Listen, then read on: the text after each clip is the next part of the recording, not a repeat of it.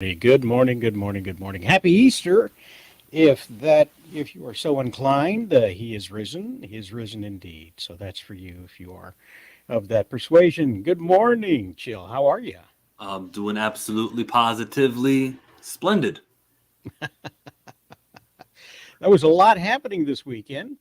A lot going on. Still happening. As we speak, something just got announced on Disney Plus for Lucasfilm. Well, let's go ahead and start there then. No, I'm not.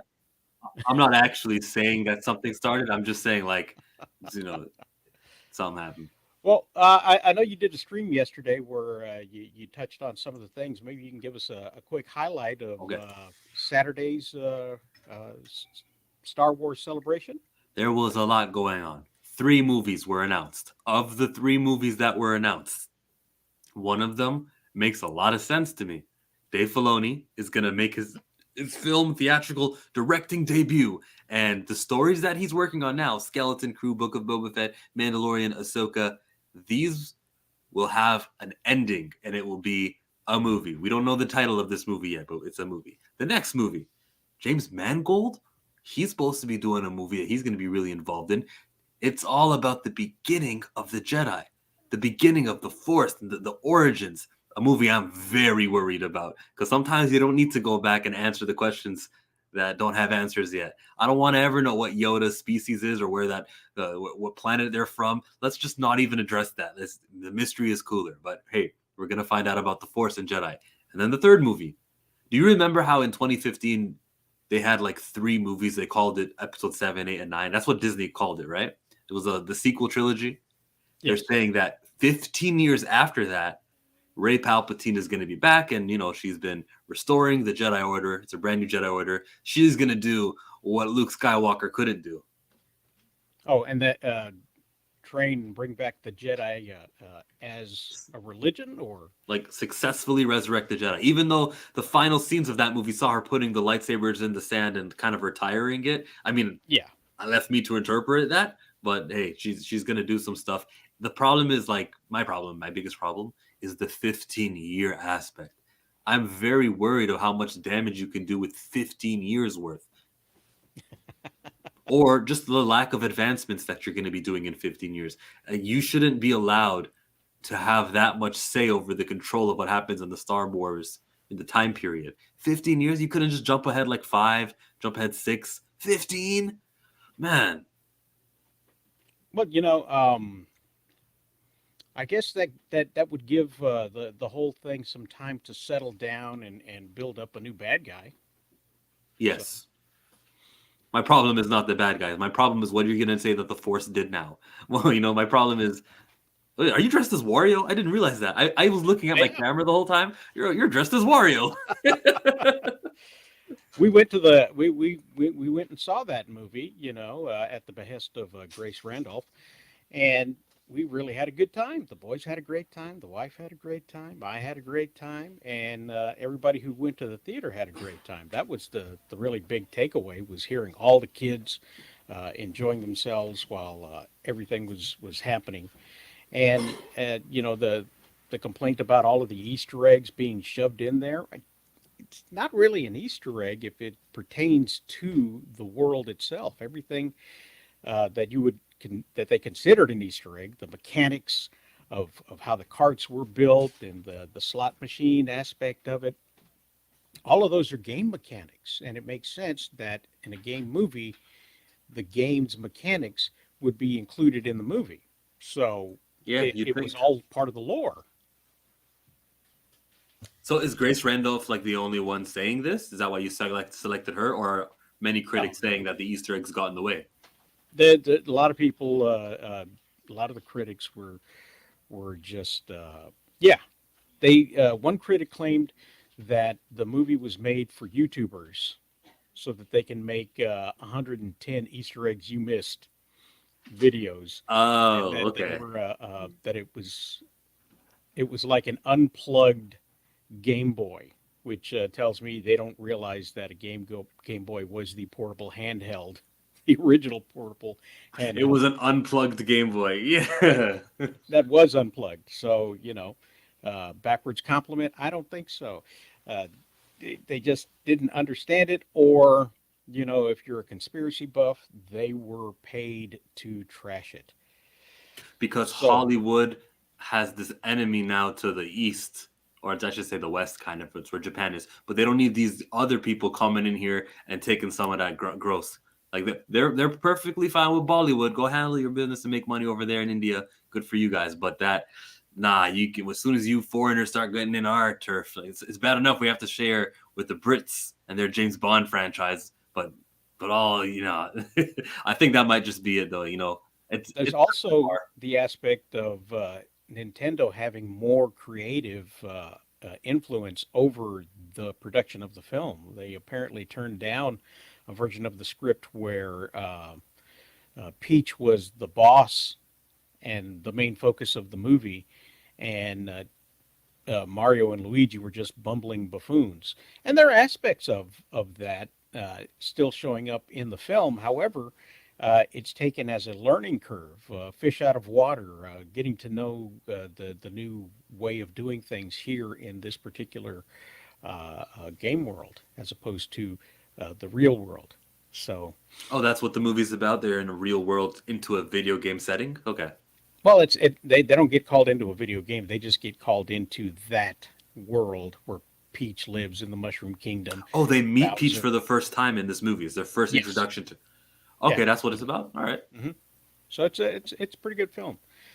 But yeah, getting back onto the Star Wars thing, the thing that Yeah. concerns me is going back 500 years and introducing how the Force got started, because uh, there was a whole slew of books that they had released once the new generation took over, and they exiled all of the other extracurricular books, or the extended universe, if you will, and started rewriting the history. And there was this one Jedi who could talk to trees and plants, and that was their Jedi power specifically. And I was thinking, kind of like, it sounds like the Lorax with a lightsaber, and I don't know. And they made excuses for the Holdo maneuver and the origins of that, and I hope they don't go in that direction and start adapting those books, because one step forward, two steps back, if you will. My That's my excuse for thoughts. the Holdo maneuver was that there's 1 in a million, which is what they said, right? Here's what they meant by 1 in a million. They'd only manufacture 1 million ships, and out of that 1 millionth, the ship the manufacturer makes it able to go into light speed into other ships. Every other one, there it's like no way. There's rules, but this was a jailbroken ship which had the ability. So it was a 1 in a million. Holdo's ship was the only one that could do that in that fleet. That's why no one else's fleet could do that. And until the developer creates a millionth ship again, like ship number 2 million, well, we will not have access to that maneuver. So the Holdo maneuver is 1 in a million. What was the explanation in the book? I don't know. I didn't read them. Yeah, okay. But It wasn't better than that. no, no, no. But they a ship, I think, had come out of hyperspeed, or launched into hyperspeed and destroyed a planet, and the Jedi's had to go and fix the mess that was made with that. Okay. Uh, but I like your idea that it's that one lithium battery that explodes in somebody's pocket. Not all of them do that, but occasionally there's one that can. They're not designed to do that, but a Absolutely. faulty one or a hacked one, or yeah, it can do that. But you can't. And look, the guys who sell weapons to the good guys and the bad guys over on Canto Bite, they wouldn't compete with themselves and have this, I guess, ability to light speed into each other. So they definitely put that in work in their in the DNA of their products. Yeah, yeah. But there's a lot of stuff has already been announced. Those movies. I think they showed clips from some of these things. The Ahsoka show. Dave Filoni is going to be directing a movie based on the Mandalorian to wrap that whole thing up. You had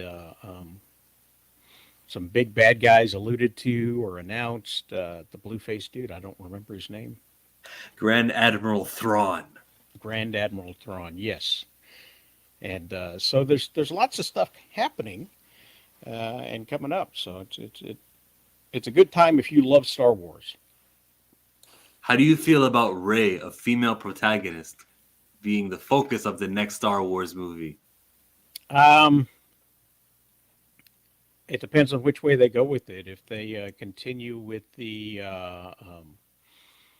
can do no wrong Ray, or if they lean into the fact that she is basically the grandchild of Emperor Palpatine and a cloned Palpatine at that, then she makes her the daughter of a clone Palpatine, and would would does that take over and she becomes the main villain of the next film series? That would be kind of interesting, I think. If they tease that, damn. No, Because let's keep her a role model. Let's not do that. Let's keep well, her a happy.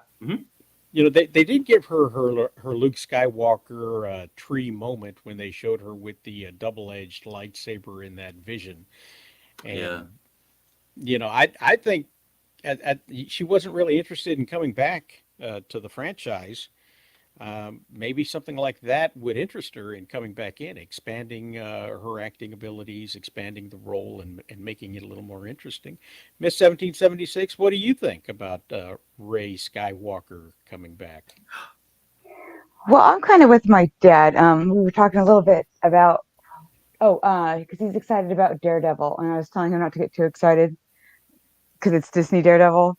So it made him start talking about Star Wars, and he brought up. I don't want to spoil for anybody who hasn't seen the other Star Wars thing, but obviously the one character who didn't make it through the first movie that was the reason he stopped watching. And he's just like, oh, forget it, I'll just watch like the older stuff. So I'm kind of with him.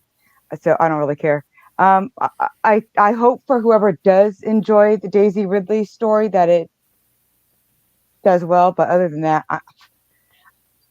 unless I'm told like on a show to watch something that I don't like, I won't watch anything that's like I don't know how to explain it. I want to say not good because like I do know that there are people who do like the new Daisy Ridley story. I think my sister's one of them actually. She really likes the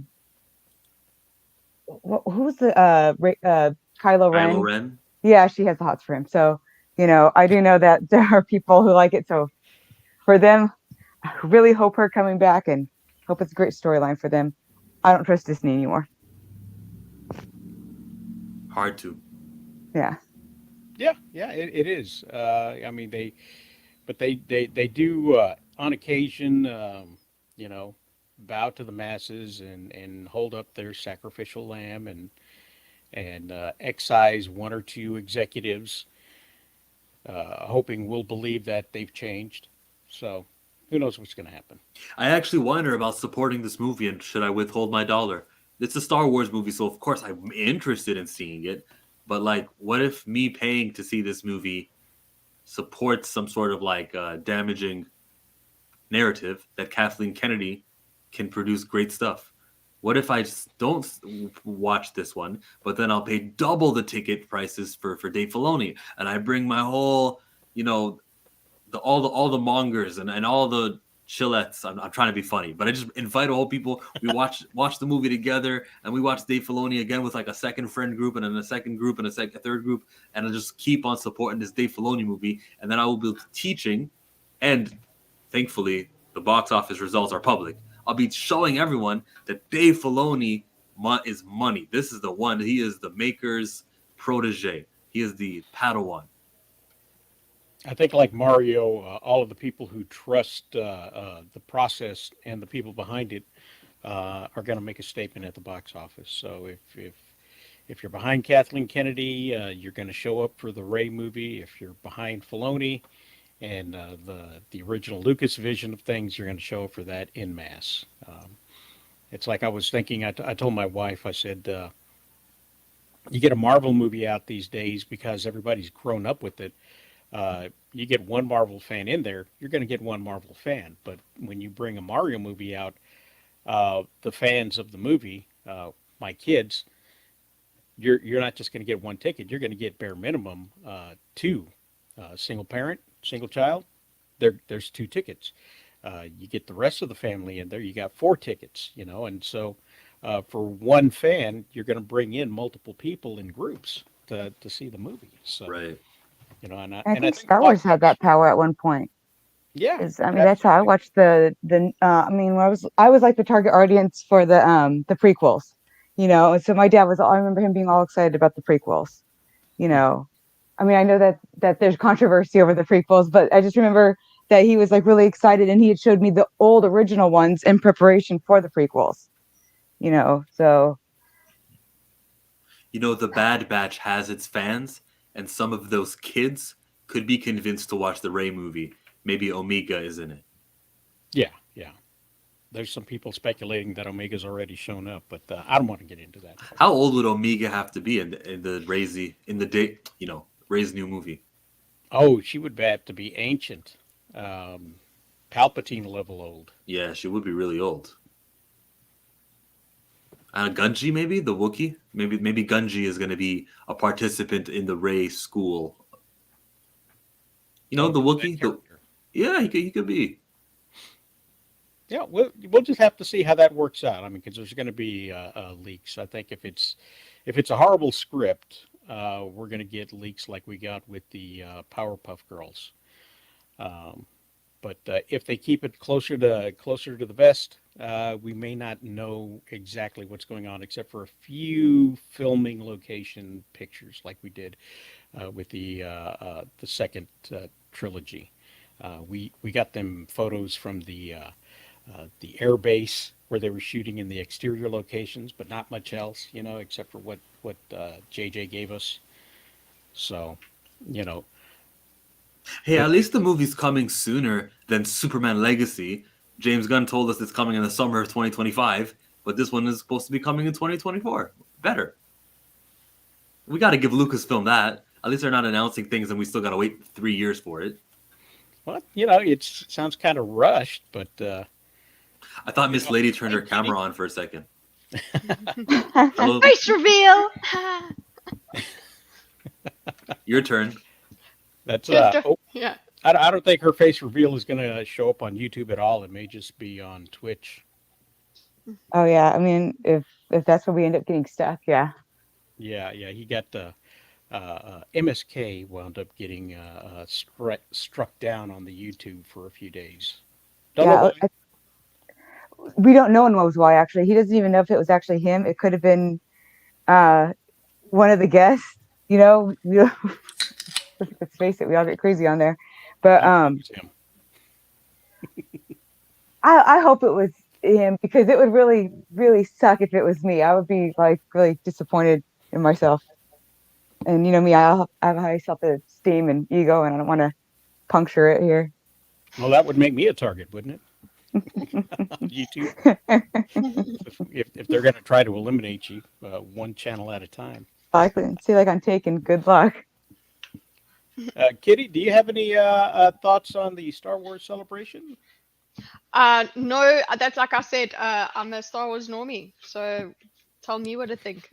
Ask me specific questions. I might be able to tell you.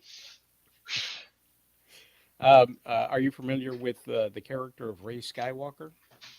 Yes, She's unfortunately. she's returning for a feature film to be released in 2024. So that's what. Okay, because like I watched this Peru and all of that, and everybody's acting like it's the end of the world, but like that's already happened with Star Wars before. So it's just like, but why? Why would you bring it back? You know that everybody hates it. So I don't know why you would do that. I don't know what market research made them do it. That's what I understand. Because I know that I didn't know that what she was coming back for, but I knew she was back. Like one of the videos I was supposed to watch was she's back. So I was like, okay. And there's just her there in the front. And I was just like, okay. I don't know. I've just never really connected with that. Even as a normie, you don't even connect with that character. So not that excited.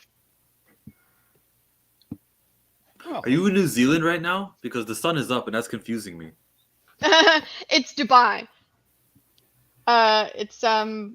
It's 20 past 6 here. So Okay. it's sundown. So Okay. at least it'll stop freaking you out soon. Don't worry. this is a global stream, so we Yeah, touch all parts of the country of the globe. the globe. Yeah, through And, the and magic of internet. I don't know if it was a direct flight, but you started off there in New Zealand, right? Is that correct? No, South Africa, South and now Africa, yeah. you're in Oh, you're Dubai. South African? Yeah, Wow, I that's missed. why our accents are often confused for New Zealand or Australian. Some weird kind of soft Australian. And you find your way to Dubai, so you could Yeah. probably answer the question for flat earthers on whether or not the world is flat or round. Well, yeah, Most of it. it seemed. You know what? It's flat. Well, there See? we go. Okay. I didn't see any evidence that it was round. None Well, whatsoever. Now you know how None at all. suspicious this round Earth, flat Earth stuff is. It goes hard. Stephen Colbert, I was just like getting a recommendation. And he had these 4 astronauts on his show, and they're like treated like celebrities. And I'm going like, this is so weird. These astronauts, they don't do movies. They're not here to promote anything. They're just literally here to be talking about how they're going to space.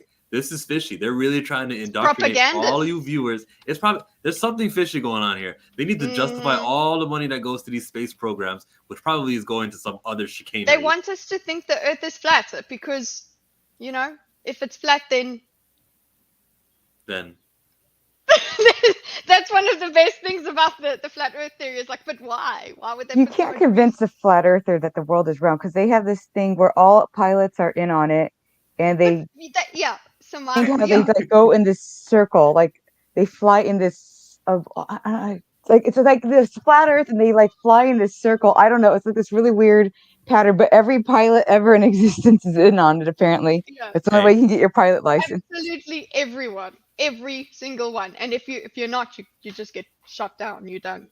It's like the Masons. They're all in on it.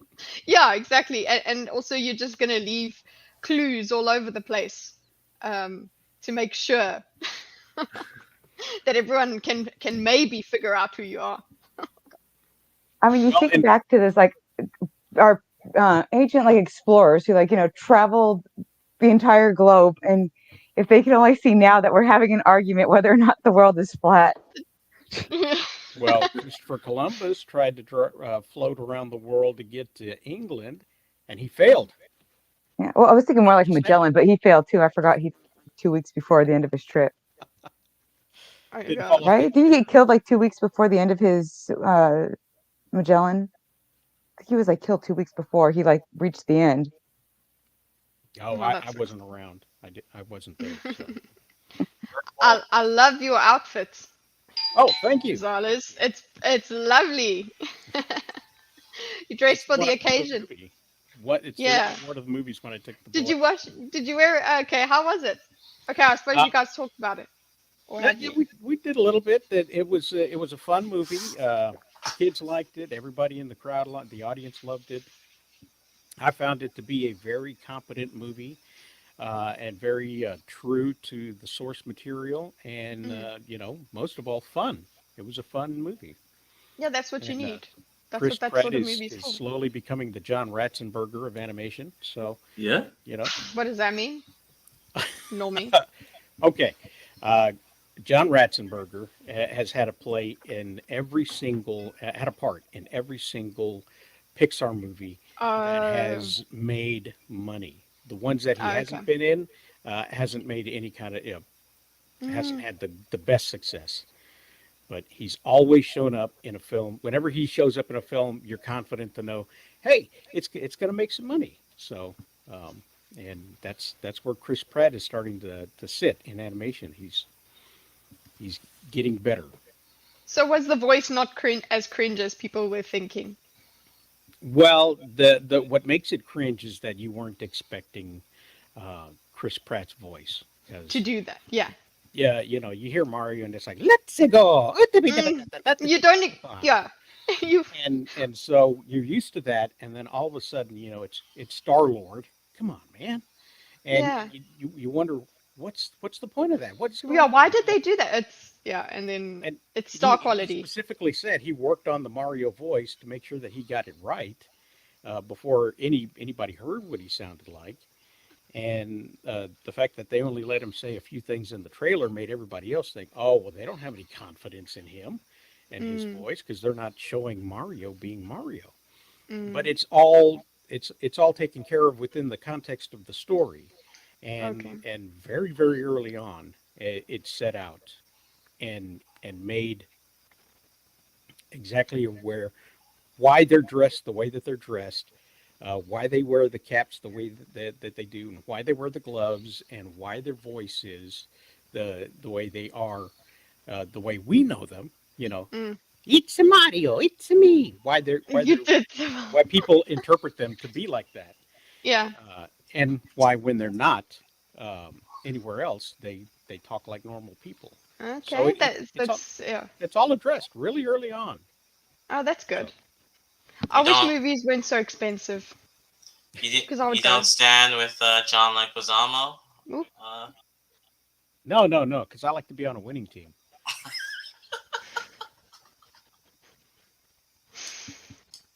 I'm gonna keep that. John, yeah, just because somebody doesn't hire you doesn't mean somebody's racist. Okay, it's not a racist movie simply because they didn't hire John Leguizamo.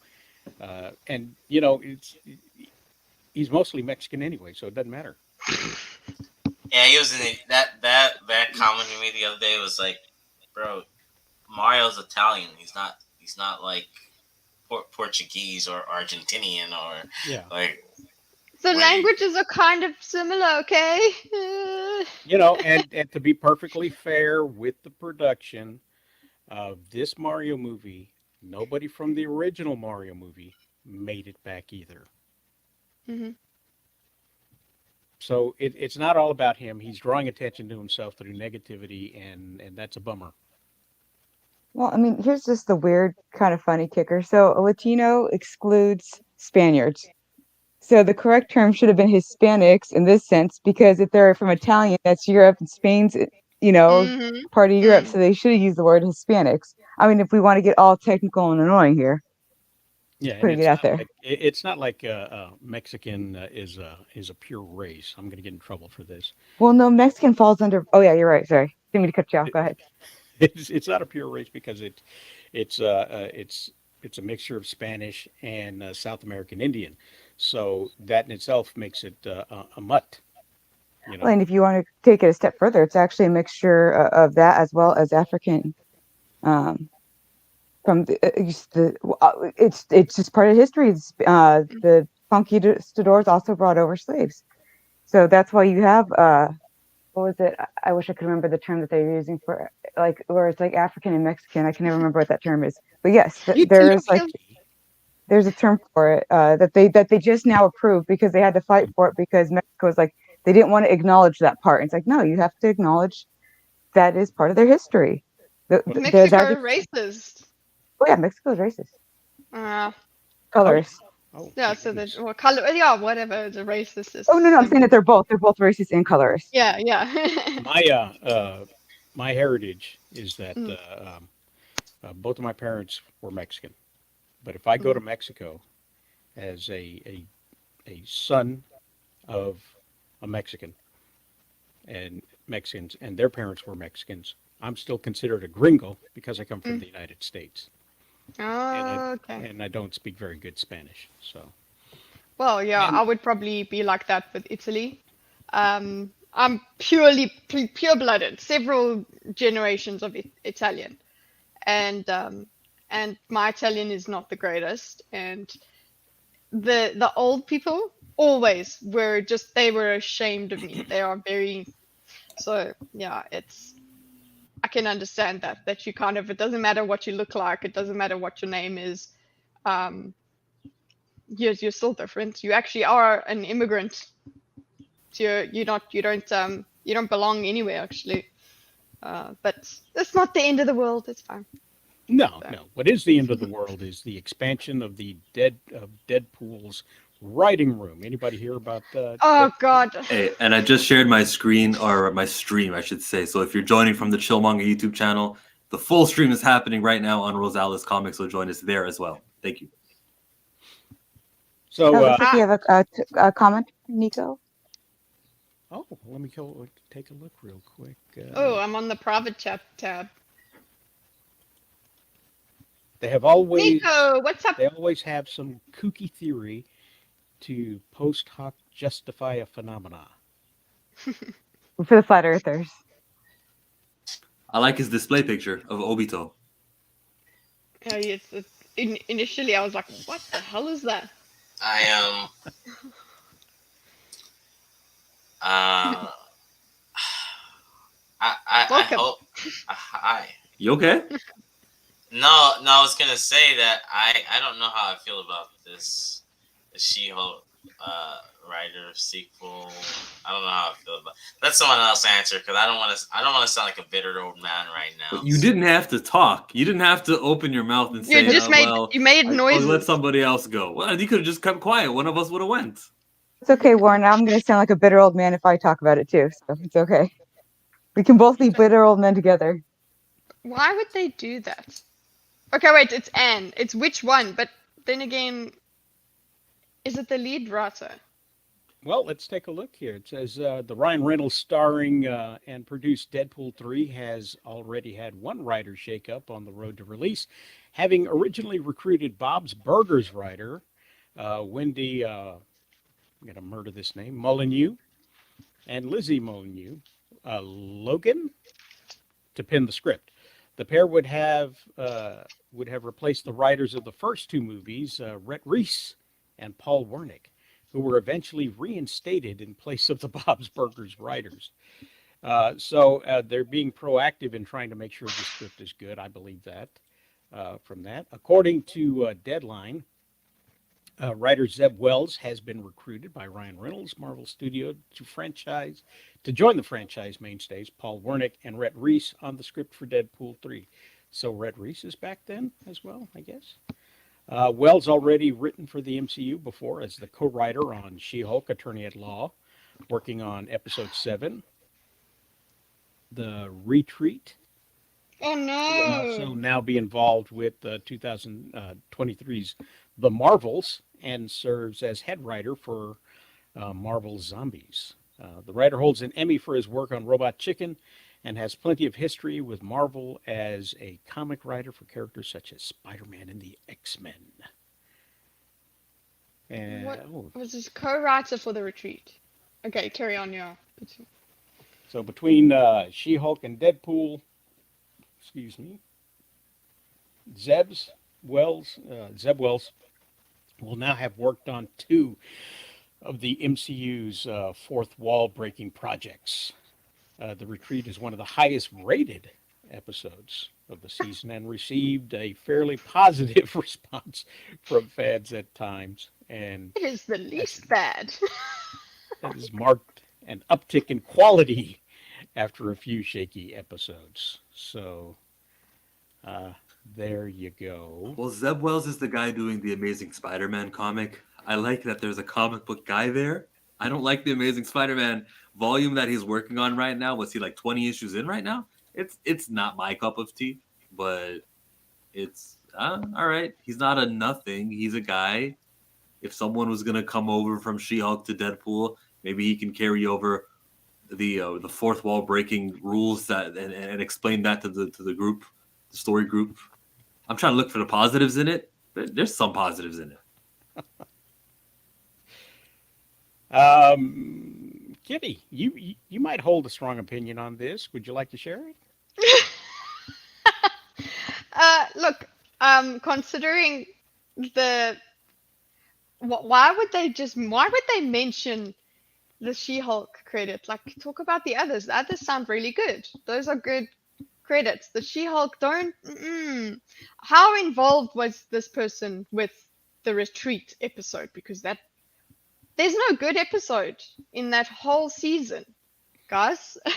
So I hope that it's just yeah, that it was just a matter of a collection of decisions creatively that led to that sort of writing, and the environment it was in, or whatever. So I don't know if that one writer can ruin the whole movie if they've got a team.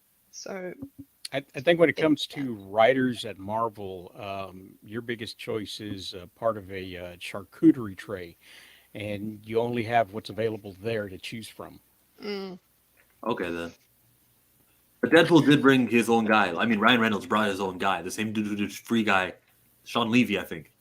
I think the story that Ryan Reynolds wanted to tell, he's been sitting on for 6 years, and no mhm. matter who is in charge of writing the filling the gaps in, the story though is gonna be what he wants with him and Logan and universe hopping. It'll work the Well, way he wants. would that would be would kind of, if there was a bad script, okay, say like dialogue wise and things like that, a bit cringy. If there's a good story, maybe we would forgive that. So that if there's we can just say there's going to be more good elements that would help us to forgive things that could go wrong. Mhm. Yeah, I don't think I get look, I get excited for Ryan Reynolds' projects. That's all. Um, I Yeah, you think, gotta, but if it goes the way of She-Hulk, then I think maybe they're trying to drum up some drama here by bringing it in. But if it goes the way of She-Hulk, oh, that will be a bigger disappointment to normies than ever. Like then we'll abandon comic books. We're done. there used to be an old saying called "There's no all press Is good press, yeah. is good press. There's no such thing as bad press." Mm. And that was said simply because they were trying to spin um, whatever bad news there was. They weren't trying to generate bad news or bad feedback in order to gain press. They were just trying to, well, okay, this actor has left their spouse for their co-star in this film, so let's turn it into Mm. something good. Yeah. It's just something that happened. It's not something they planned on doing. Mm. Nowadays, it seems like they go out of their way It's to a strategy. generate Yeah. negative press in order to gain free press through dialogue and discussion. Of, Oh, the Sonic trailer theory? yeah, yeah, exactly. Go ahead, explain that one out. Well, the Sonic trailer was abysmal and he looked like trash. But it was so early that the trailer comes out. You know, there's still 6 months till the movie comes out. People are speculating, did they actually animate the whole movie with the bad Sonic? Or did they just do enough for the trailer just so you guys can all talk about it, just so a week later they can say, we are listening, fans, and we will do the movie the way you Oh, want. that. We'll fix Sonic. Mm, So did they just like make a trailer that was bad? is there anything other than theory to that? No, just the theory. Because it is a huge risk. That is a huge, massive risk to be taking just to make the point that you are the guys that care about the fans. Yeah, but not, It's a not very, to, yeah. not It worked to for put them, fuel on the but fire of yeah. a theory, but if you had an entirely rendered movie with Wouldn't bad take that Sonic long. in it, Yeah. it would not Would only take take much longer. twice as long, it would cost twice as much to pull that out and put the other in. That's Because true. it's not just a matter of replacing features. There's having to go back and reanimate because the features are different. Yeah. Okay, well, And did they have to have had the whole? Does the movie have had to be? Is that even a good syntax? Anyway, is the movie? Did they have to have had the movie done to get that? Like they could have had only certain sections of the movie rendered by that time. Uh, so they still had a lot more to do. So it kind of worked out, but fun Yeah, to when think about it. trailers are Mm. released, our films are still in post production. So they Mm. did. So the theory is viable. How much of the movie was actually done with the crappy fur is it wouldn't matter. Like whether they. I'm just saying it's not that expensive to just return and just be like, well, we're gonna start over again with a good Sonic. I think it's possible, and it's nice as a fan to hear that studio was listening to you because all the other studios don't. And I think if Paramount was reading the tea leaves, this was the perfect whether they got into the scenario by accident or they made the best out of a bad scenario, it was the perfect response to It the was a fans. very good response. I think no matter what you believe about how it was, you could be like, wow, well done for taking such a risk. I wouldn't feel like played. Mhm. I'd be like, okay, well, at least you changed it. You didn't give us a shit movie. That's all we want. We want a good movie. Now, Please. with She-Hulk though, they can't do that. They can't say, "Oh, Zeb Wells, you guys don't like him? All right, we'll get another writer who's got Zeb in their names." It doesn't work. Like, yeah, it doesn't work out. Oh, so now that okay, so I believe that Deadpool will probably be the next best thing for Disney at this point with how the way Best thing. yeah, well, Okay. the best that because Okay, the way. okay. So with that news, I'm like, well, why would you want to mention She-Hulk? Like, I I think the misogynist really comes out of me when I see that series. I thoroughly That's hate. not a saying, Warren. The misogynist in me is coming out. We don't do that. That's not right. I don't think that's it's No, just no, quality. It's You- not you- misogyny. It's just like, nah, it's not that good. Well, though. you know the terms, quote unquote, now. So, but Oh, you've I- embraced it. I've embraced it. I like, yeah, toxic masculinity. I'm all about that. So, well, my point is that I have embraced my inner misogyny. that was good. I like that. Oh, Well man. done. I Yep, need to get this sample. on Twitch so I can clip that. But my thing is that I hope they're not just doing it to like bring She-Hulk to light, like because his other accomplishment sounds good. Everybody loves Robot Chicken, right? Yeah. The Marvel Zombies, that episode, even though people gave it a lot of flack, and the What If, I thought that was a pretty decent episode that they did. So, I had, like I said, I had to think about it first.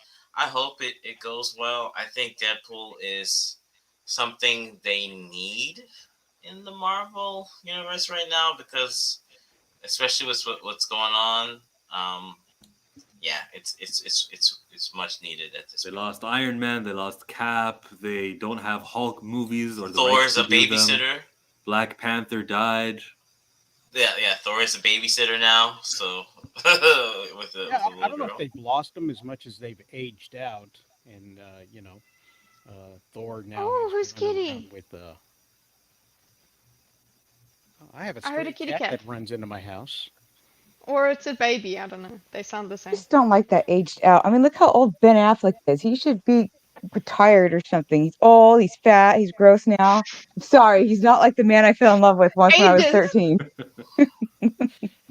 I say, why is he still allowed to be a superhero? Because he speaks Spanish and he can plug it to another audience. That's what he's about right now. He's Wait, just Ben that- Affleck can? Ben Affleck has like fluent Spanish. How? I don't know, but He I didn't saw him fry out speaking his brains Espanol. with drugs and alcohol? J-Lo. J-Lo, Oh, there you okay. go. I would learn Spanish for her.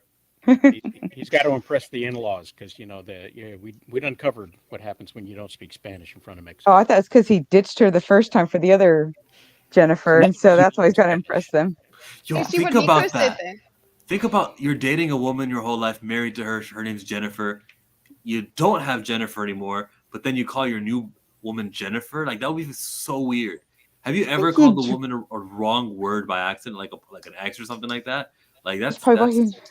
that's fishy. I think I understand why nicknames like "Hey baby," "Hey love," "Hey muffin." Oh, how they came up. It's just so that you never Mm. say Carly and Tiffany to the wrong one. Well, that's why he's dating a Jennifer, because he can't mix up their names. Hey, He's like, Jennifer. oh, Hey, shit, Jenny. I'm stuck in this. I'll just do it this way. Oh my When you're God. Ben Affleck, though, you can do that. You the, can the- choose based on name, yeah. Yeah, the crop of Jennifers that he has access to are immense. Nico's got a point here. He says, I think Ryan Reynolds got lucky the first few times, but Iger is taking a larger role in Deadpool, so it might not be Ryan making the big decisions.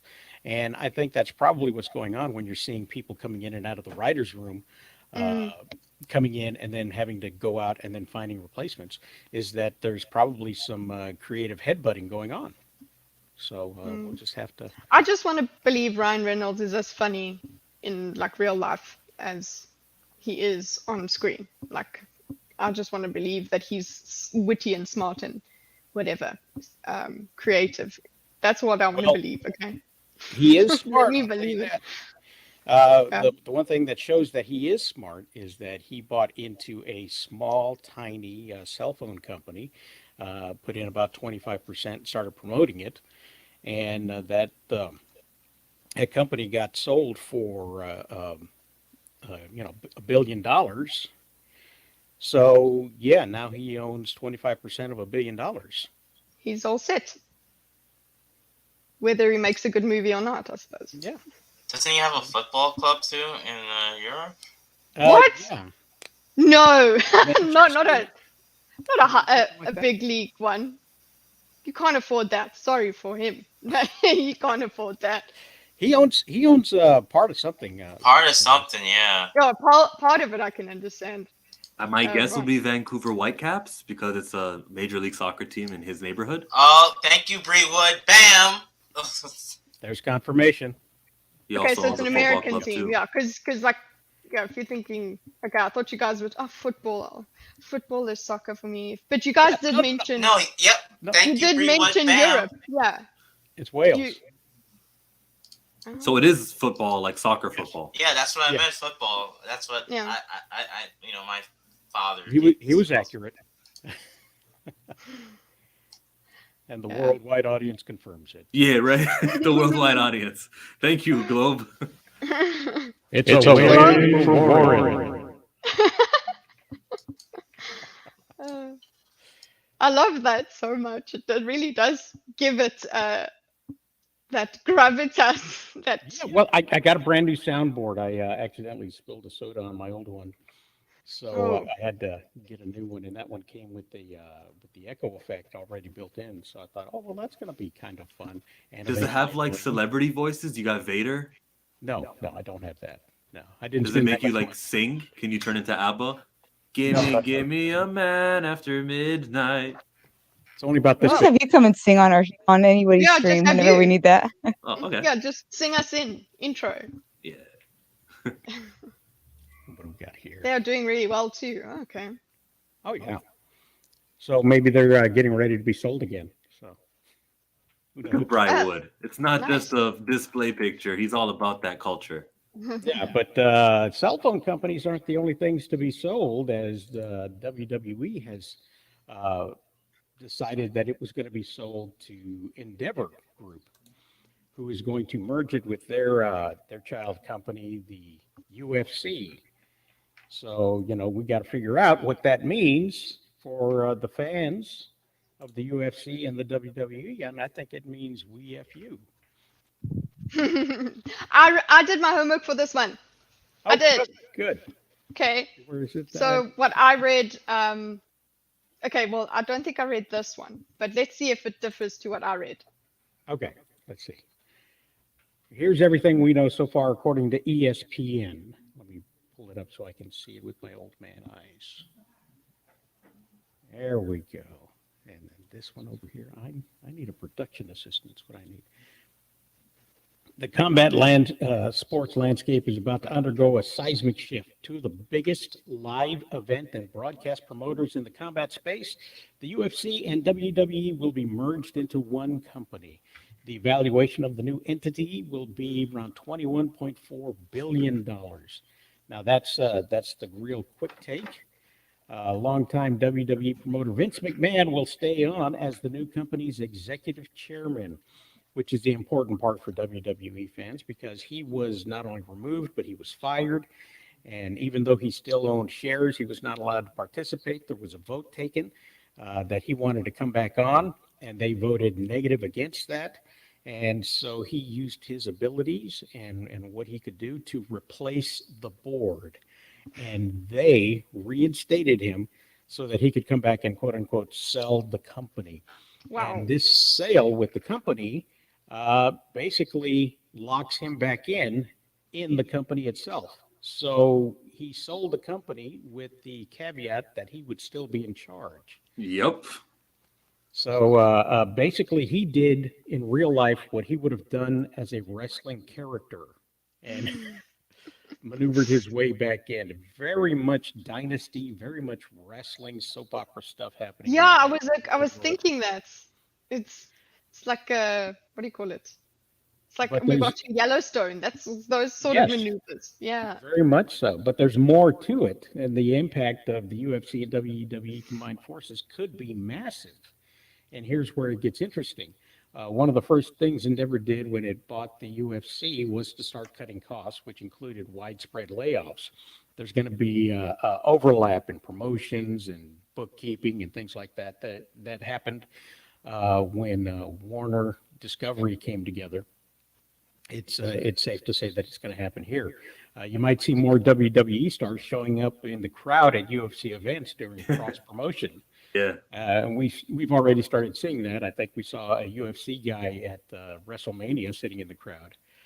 Media rights are one of the big drivers of the merger, and the timing of it. WWE television deal with Fox for SmackDown expires in the fall. The same goes for WWE's contract for USA Network owned by Comcast for Raw.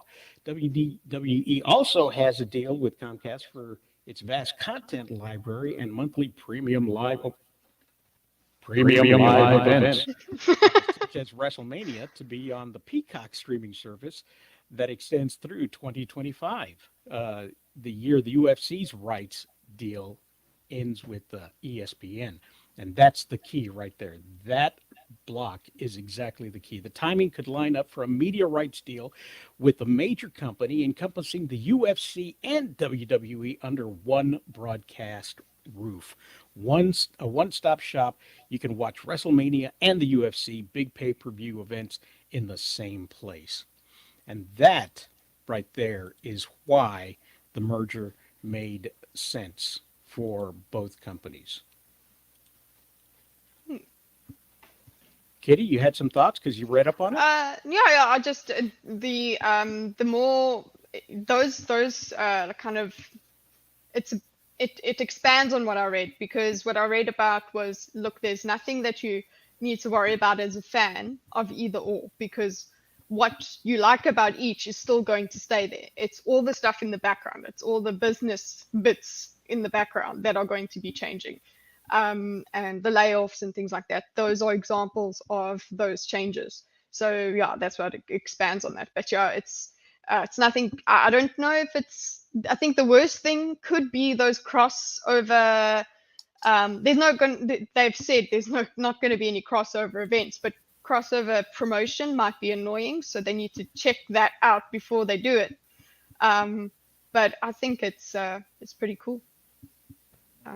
As long as everyone stays happy with the sports. If the sports change too much, then they're going to lose their audience. But I don't think they've got their formula, and they're not going to change. We're not going to have a WWE referee showing up at UFC. Yeah, exactly. Like, Hey, no. when UFC gets the chair and all the. Yeah, God, I would hate UFC if they did that, because exactly. I watch that at least. That would never happen. I think there's like bodies that actually regulate the UFC. So a referee being distracted while a low blow happens isn't gonna fly. It's a real sport. So, see that I always found that interesting. Back in the day, they used to believe that wrestling was real, and everybody believed that wrestling was real, except for everybody involved with it. And you had the boxing commission overseeing wrestling at the time. And when Vince McMahon went into court and said, "Oh, it's all scripted, and we know what's going to happen in the outcome," why didn't anything happen to the boxing commission, who knew all along that this was not only something you shouldn't be betting on, but that the outcome was predetermined?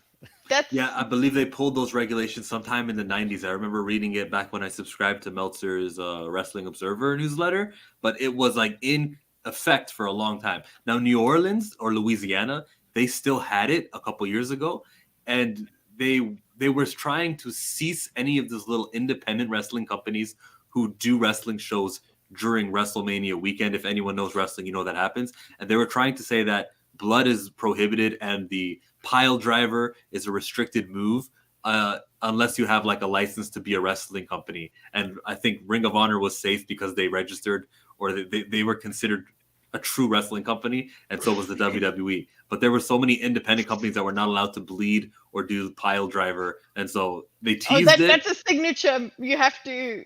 It's You have dangerous. to register those arms, okay? It's the thing is that move has broken people's necks and ended careers. But it also has to do with the people doing the moves. It's not so much the move is dangerous. Everything is dangerous. A simple suplex, anything from the top rope, is severely dangerous, as we remember from last week, right? Oh, That video. please. Like okay, well, I'm just saying that it's the person, the wrestler, is the one that's unsafe, not the maneuvers. I think. Oh my goodness, I lost my train of thought. But what Nico said there, that was actually in the article I read as well, where it's not like going to be an initiative, but if an athlete wants to go across from each, you have to fulfill the requirements of each sport. You'd have to be popular. You'd have to be able to talk. Yeah. Conor McGregor would fit right in, and they would He'd love be to have perfect. him. But I don't know if he would let that happen because, of that the sort of stigma around wrestling. Like, wrestling is not real, but UFC is real. So you're going to go and act now. And what's that going to feel like? What's that going to look like for you? But Ronda did that, apparently. But that I would think that going to wrestling might be a little bit easier. That's what I'm thinking. Of course. Because of the skill level that you need. Yes, you need certain skills to do wrestling, but you wouldn't need the lifetime of martial arts training and things like that you'd need to just hop over into UFC. So, yeah. Well, you could hop over to a. I just like the idea of expanded opportunities for athletes. When you in football, there's only a couple of things you can do after your career ends. You can either be a color commentator, or you can be a coach, or maybe open up a dealership or restaurant. And that's pretty much been it. And with UFC fighters, there's not a whole lot that they can do afterwards except for being a color commentator. And it's very, very rare, like we were talking about just a second ago, for them to have the chops to do that. But now there's at least, we're closing to having them do something that's still a little bit athletic, that doesn't require too much, if you're a jobber, mic time, to be able to just, join a team and a roster. There are over 100 people that work for the WWE as talent, and only less than 20% of them actually get TV time. The rest work there and are able to provide for their family. So that's a great thing to have as an option when you're coming out of the UFC. Yeah, that's the thing that with athletes, with any athlete, any sport, what happens when your body can no longer do it? You don't have age groups like cycling, at least a little bit, and all of that. You don't do so. Yeah, you don't want athletes to just be left behind afterwards, because they might not have made all of this huge amount of money that they can use smartly or whatever to keep them going for the rest of their lives. Yeah, so I agree with you there. I'm just gonna hop off camera, but I can still hear you and speak. I just need to go and feed the husband, but I'll still be able to hear. Okay. Absolutely. You go right on ahead. Ms. 1776, I know you're a diehard wrestling fan. Let's get your opinion on this. Oh, geez. I mean, when I first read it, I was a little confused, and I was like, okay, well, I hope these wrestlers who these wrestlers who do more scripted, it's like more storyline based fighters aren't like going to actually go up against people who are. God, everything I'm going to say sounds like an insult, and I'm really trying not to insult, but more dangerous. Thank you.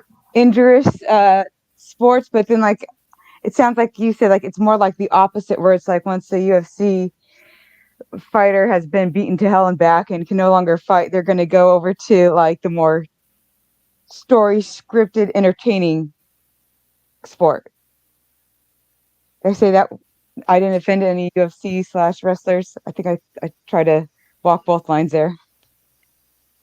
Well, they'll find you if there's an issue. So, so we have a chance of seeing Chuck Liddell come into WWE. Liddell's not under contract with the UFC. Oh, that's true. That's true.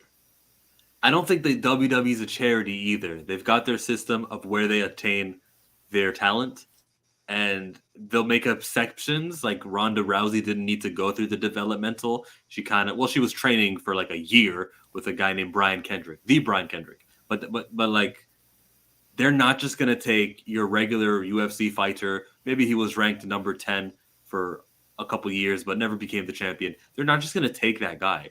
There's like 6, maybe Daniel Cormier, or there's a few people who they could use for like pre-shows, and they could use for he's in the crowd and he slaps the wrestler, and the wrestler deserved it, and there's ways that you can include the UFC, but nothing huge. You just look at the cross promotion that they have going on in AEW when they're going to Wembley Stadium, celebrating 100 years of Wembley Stadium and 100 years of Warner Brothers at the same time. These are companies that they are in business with. Wembley specifically for that particular pay-per-view, but Warner Brothers, they are definitely in bed with and trying to get as much movement out of them as possible, so that you've had your tie-ins with Shazam and other things, throughout the year. So UFC is definitely going to take advantage of that, especially when the companies come together. Warren, I didn't mean to cut you off. You have a thought? I think it's probably one of the. I like this move. UFC is something I do like to watch,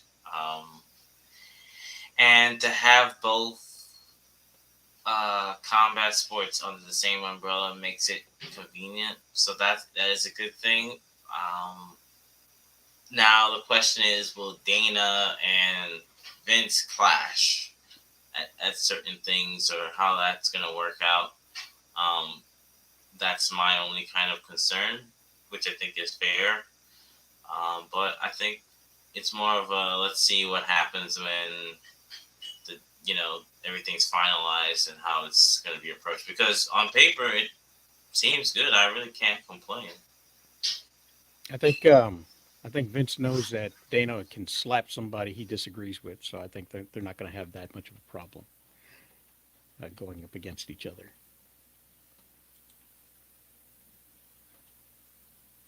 Speaking of bad jokes,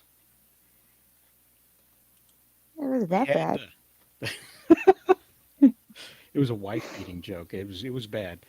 Oh, okay. Well, maybe that's why it went over my head. Dana White slapped his wife in Mexico, and it got caught on videotape. And then he runs out and puts out a promotion called Slap Battles. So, yeah.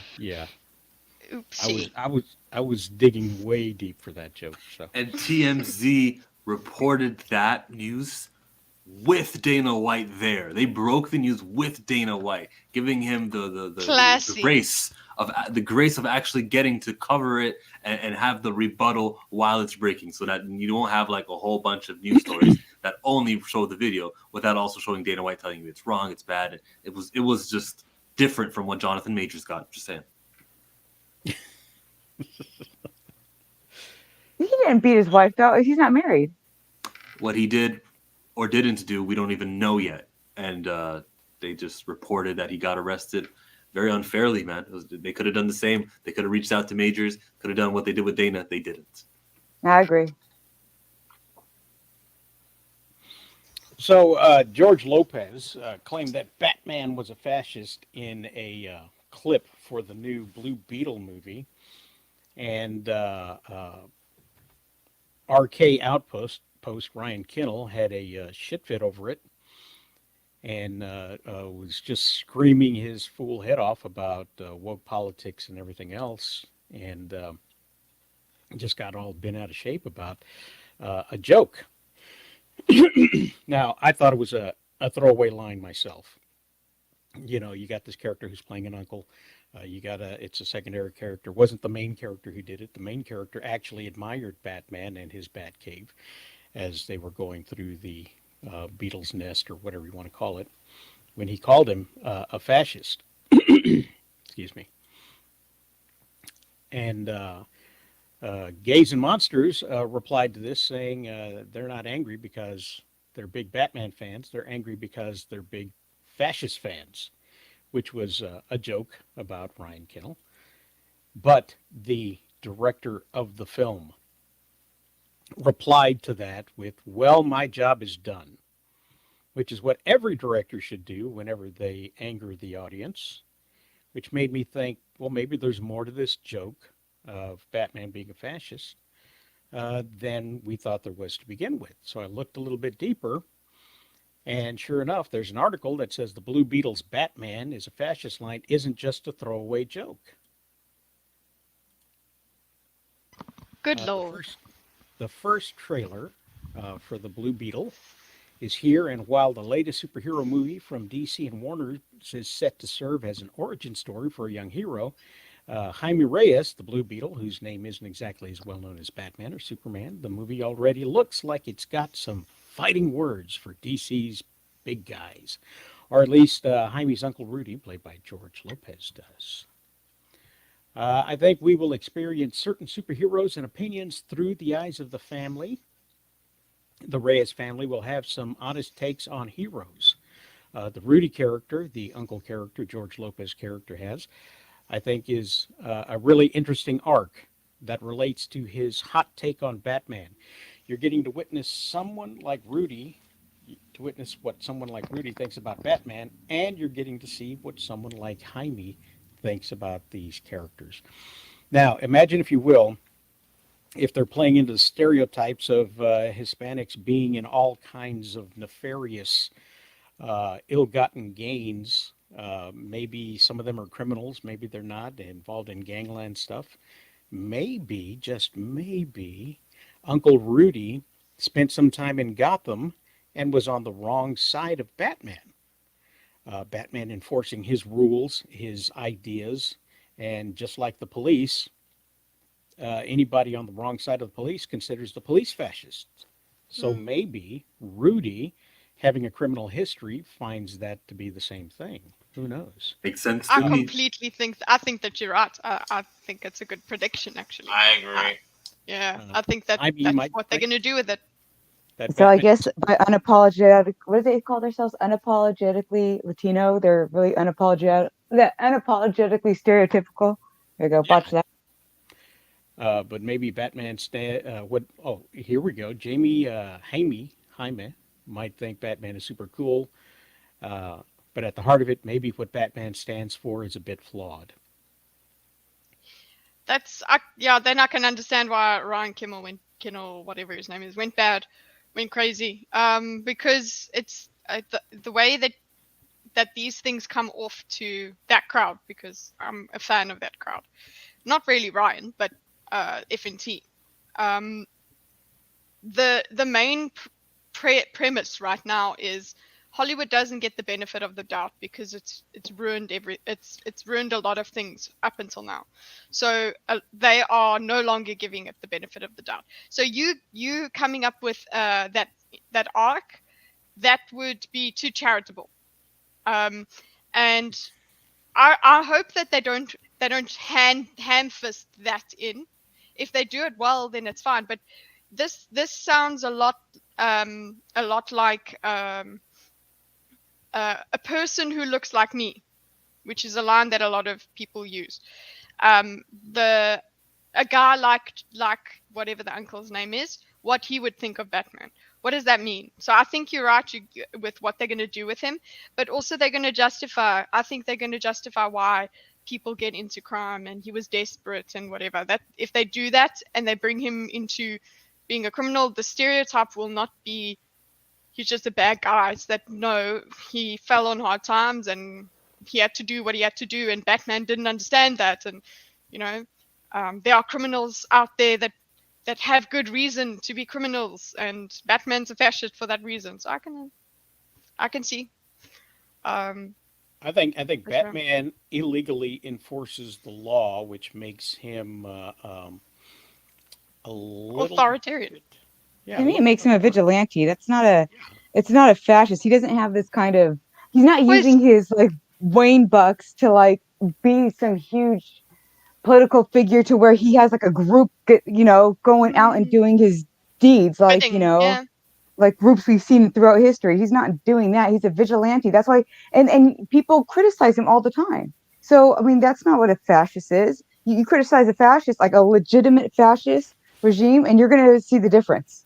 Oh yeah, yeah. I think that's interesting because Batman has been controversial or whatever. If a fascist will not let that happen, they will cut down anyone who is saying bad things about them. Um, so maybe yeah, that is a good point there. Like, what are the characteristics of fascists that they are going to give to him? Is him having principles and having a line? Is that fascist? If is he wanting to punish criminals? Is that fascist? So yeah, in the Injustice 2 game, Jamie is on Batman's side against Superman. So it could be that it is an arc that leads Jamie to Batman. But I agree with Kitty. Yay! Thanks, Nico. Hollywood doesn't have my benefit of the doubt yet. Warren, what do you think? Well, I thought it was. I mean, Ryan Kennel, that guy. He gets angry. Very quick. Sometimes he gets angry. Sometimes some of the stuff I agree with him. Some stuff I'm like, dude, what cocaine are you on? This is the what cocaine are you on right now? It's like the throwaway line. I'm sure, like you put, there's probably going to be more to it that leads up to why he thinks. Because I'm sure he says that line, and then I'm sure somebody's going to be like, "Why did you say that?" Mm-hmm. But we haven't seen that, so that's going to get explained in the movie. So I think it's just one, Ryan Kennel wants to get advertisement for his channel. I mean, come on, like, you know, you go out and you say this, like, with something you don't like, and now everybody flocks to your channel. You get publicity. He's done it before. It's ingenious, but it's kind of tacky in my eyes. But that's just me. But Blue Beetle is on the younger side of when it comes to being a hero. So we're gonna see a character develop as he goes, whereas Batman is seasoned. So I guess that's what that article is kind of gonna mention. Well, I mean, I'm not saying they're gonna show Batman. We're getting two aspects of two different heroes, right? Because I'm not a big Blue Beetle fan, but his parents aren't dead, correct? No, they show him in the movie. Right. I mean, like further down the line. So you have one guy who's jaded because of whatever happens, and has this like very rigid form of justice, but has a weird rule for one particular villain. But we're not going to get into that. And then you have this guy that's now got this crazy mantle that he has to live up to, which I thought the trailer was pretty good, though it felt kind of Spy Kidsy to me. I don't know why. Maybe I'm wrong. Was it the effects? The effects felt kind of Spy Kids to me. Maybe I'm wrong, but that was my only big gripe. I don't know. Well, if you're going to look at it from a production standpoint, they took a movie that was meant for television and tried to prop it up for the big screen. And so that will result in Spy Kids kind of a look. The Spy Kids effect. The Spy Kids effect, we'll call it. But the thing that sticks out to me is that if you don't know Batman is one of the richest men in the world, you've got to question where he's getting his money. And since the police are allowing him to get away with what he gets away with, then he's probably a government sponsored entity, which would mean that the government itself is behind Batman's vigilantism, which might also be a reason why he believes that Batman is a fascist. Government bad. I hope, for the movie's sake, I hope it is just a throwaway line and it ends up just being a silly joke. Just having like the crazy uncle, spouting off his weird conspiracies or saying whatever. I hope it's played off like that, because if it's not, I don't know. I'm Guys, gonna is this do my okay? something. Sorry, I I don't know don't what I'm want gonna it do. to I'm be gonna start a interrupting. channel, an angry channel where I just rant all day. That's what I'm gonna do. I'm gonna do something psychotic. Give me a link. Let me sub. You got any final thoughts there, Chill? I would say Spider-Man has J. Jonah Jameson, who introduces these thoughts to the public. He's a menace, criminal, bad guy. We remember earlier we were just joking about flat Earth, round Earth. People have thoughts. The character that George Lopez plays has these thoughts about Batman. And it aired on a movie. Okay. And I think it's fine when you have like Chillmonger said, when you have characters who have like their thoughts, that's good. But if they're gonna do like this really weird moral grandstand where we're all gonna have to sit in the audience and go, maybe he is a fascist, like, and have one of those come to Jesus moments of, oh God, Batman's actually a villain. But we I'm know just he's not a fascist. We know You're- everyone's you- been yeah. watching I'm gonna Batman. stand up and throw my popcorn on the ground. That's what Then I'm gonna do. I'm you're- gonna then- stand up, throw it on the ground, and leave. I can see the why people would be angry then, because you're touching people on their Batman. That's what you're doing. You're upsetting them But because isn't you're that touching good? their Batman. Isn't that good? I mean, I used to be a Batman fan, but I've Killmonger has heard plenty of times on other streams where I've now professed my love for Barry Allen, because I just think there's a lot of things wrong with Batman that people don't call out. And No, I think that's fine. So That's- I mean, for having someone else say it, I mean, because there's a lot of things wrong with Batman, but like for even if it's a throwaway line, granted, I know it's a throwaway line, right? But maybe why can't someone have a throwaway line or say something like that about Batman? And why, well, he's not above the law. I mean, like we all agree he's a vigilante, so he's not. All superheroes are vigilantes. Vigilante isn't a good thing. I mean, I could be a vigilante, and I'd be on the. I mean, could be a California vigilante, and they would be having me on the news. They are taking the law into their own hands. Yeah, but the thing is, if there's a different form of it, right? Because if Superman's a vigilante, but yet he's kind of he's the American, he's not American because he's an alien. He's an illegal alien. He came here. He's an illegal alien. The laws. He's the poster child. He's the Should Boy have Scout. applied before he landed. He's the Boy Scout. Everybody looks up to him, right? So they're supporting a Boy Scout vigilante, which is kind of a I want to say oxymoron, but that'd be bad. It's kind of a weird, because how can you be a Boy Scout, because Boy Scout follows rules, when you're a vigilante at the same time? Doesn't make sense. So there's different rules for different heroes within DC in a sense, which totally went off the topic. But yeah, I just think it's a throwaway line. If they elaborate, we'll see. If not, this will be all for naught. At I least think those if they're different, voicing, go ahead, sorry. at least the different rules don't work with the Flash. Just the Flash's actor. Oh Jesus! Sorry, not today. I shouldn't have taken the Lord's name today. But wow, yeah, no. Let's not go there. I would. That's a good parallel. That was very well done. I think if we're like doing it where it's like, okay, we have a comic audience and everybody's going to have different opinions, and we're voicing the other half of what the other comic book readers are thinking, or what the other, let's say, people who just follow the movies, everybody, okay, that's one thing. But if it's like the director's voice, if it's like something like that where it's like, you need to think this, not like, hey, this is what other people think, this is, hey, what about this idea? And putting, I don't want to be lectured. If it's a lecture thing, then yeah, I mean, you don't have to like Batman. They can be pointing out that, but if it's like this is the right opinion that we should not like Batman, and I'm going to lecture you about fascism. Like I said, I'm going to throw my popcorn on the ground, then I'm going to pick it up because it probably costs like a second mortgage right now for it to get popcorn. Don't be throwing that. Just throw one piece, and then that's it. I can see you right now in the movie theater. It's a madhouse! A madhouse!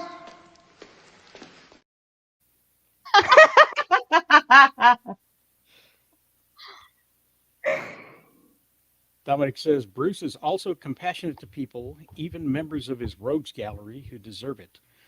Bottom line is, Clark, Bruce, and Diana are aspirational heroes, people to look up to, comics and real people alike. Dominic, are agree. you saying that to defend that he's not a fascist? I think we all know that he's not a fascist. It's just that character in the movie, with the limited amount of knowledge he has about Batman, he says Batman's a fascist. All right. I think And I will say that is the wrong term. They should have said vigilante. And language is important. So calling him a fascist is just like, oh, let's just call him the buzzword of today. Let's not actually call him something that he is. no, I No, think the I think character's Uncle Rudy wrong. is going to be famous for having the wrong take in just about everything, and that's just going to be one of the things that Uncle Rudy is wrong about. Yes, I do not. I think that's want an to be interesting like way that, to especially present it. not through the unreliable narrator trope.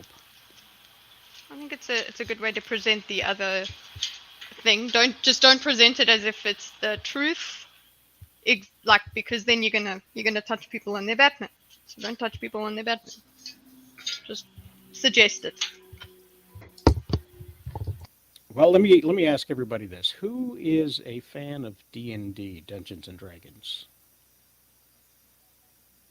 You know, I'm going to get into it a little bit because Unbiased Nerd said he's going to set up a game for my birthday. Of course, MSK wants to be a jerk about it, but yeah, so he's going to like do an online thing, and I think I convinced him to do it.